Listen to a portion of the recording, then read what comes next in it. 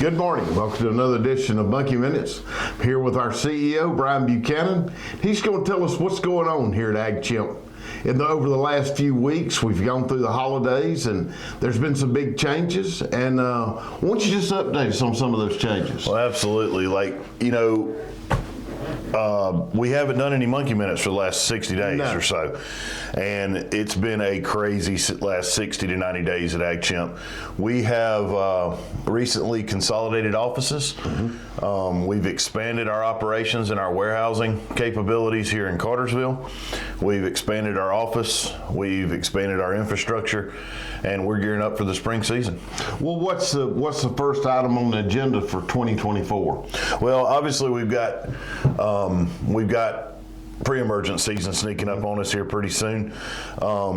It might feel 40 degrees outside, but we need to be keeping an eye on those soil temperatures. But we got pre-emergent season coming, so we're locked and loaded, ready to ship that. That's the biggest thing that we've got coming up. Obviously, trade show season is about to begin on Monday in Tennessee, and then we'll work our way to Texas, and then on to TPI in February, and other shows in amongst there. So it's getting pretty exciting.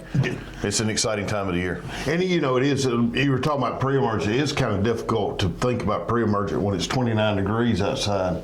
But when you hit the 60 to 65 degree soil temperatures hit you a lot faster than what you think. That's exactly right. I mean, it's already January, and it's really going to be, the summer will be on us before we know it. Before we know it. On some other things, how's shipping, receiving, any changes there?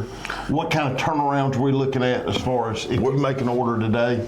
We're still looking at our same day shipping, so we can ship out an order same day if we receive it by noonish. That's where we're at right now. The good thing is freight rates and logistics has sort of stabilized. So the freight costs, fuel surcharges, all that crazy stuff that was hitting us back in 2023, I love to say that 2023 is gone, and I'm so glad it's gone. But all that stuff sort of stabilized out a little bit. Supply chain looks really good for pesticides this year. Fertilizer pricing appears to be pretty stable. If anything, I would maybe suspect it to come down a little bit, but we really can't gauge that until the Midwest starts planting their row crop. Right. And, on the fertilizer pricing, in talking with some of our partners, it looks like there could be a drop between now and the end of January, but still we're probably, if you order a fertilizer, we're probably going to give you a price that's good for 2 weeks. Say 2 weeks. Yeah, I'd be willing to go 30 days. 30 days?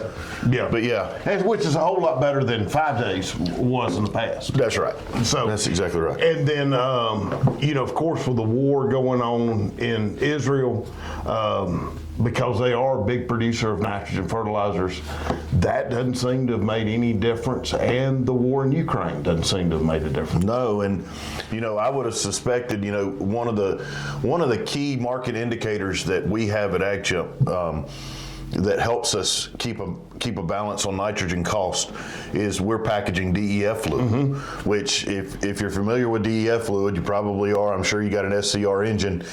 But DEF fluid's 32.5% urea mixed with deionized water. And so DEF fluid in its raw form is urea.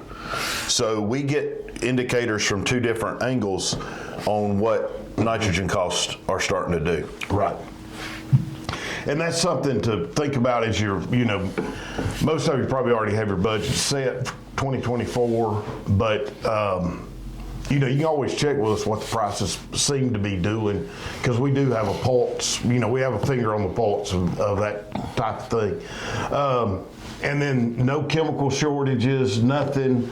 I saw there's some differences in, there's a little bit of regulation change in chlorothalonil. I don't think that's going to hit our industry. I think that's more the residential. I think the biggest regulation change that's going to affect our industry is any new oxidizon that's being packaged right now is now restricted use. We're fortunate enough that we were able to bring in a pretty hefty supply before the new production run for 2024 ran. So we have a warehouse full of non-RUP oxidizon that gets to work itself through the channels of trade. But yeah, they're monkeying with chlorthalonil a little bit. They're monkeying with a little bit of sulfonyl ureas, but pretty stable. I think we should be pretty stable. So that just gives you a little update of the fertilizer chemical market and what we're doing here at AgChimp. And tune in next time for we've got several. We're going to get back caught up on these monkey back on it. We had to build a new studio. Right, we had to build a new studio. I had to get married, and that was in a 30-day period. There's no time to slow down. Usually you slow down, we don't slow down.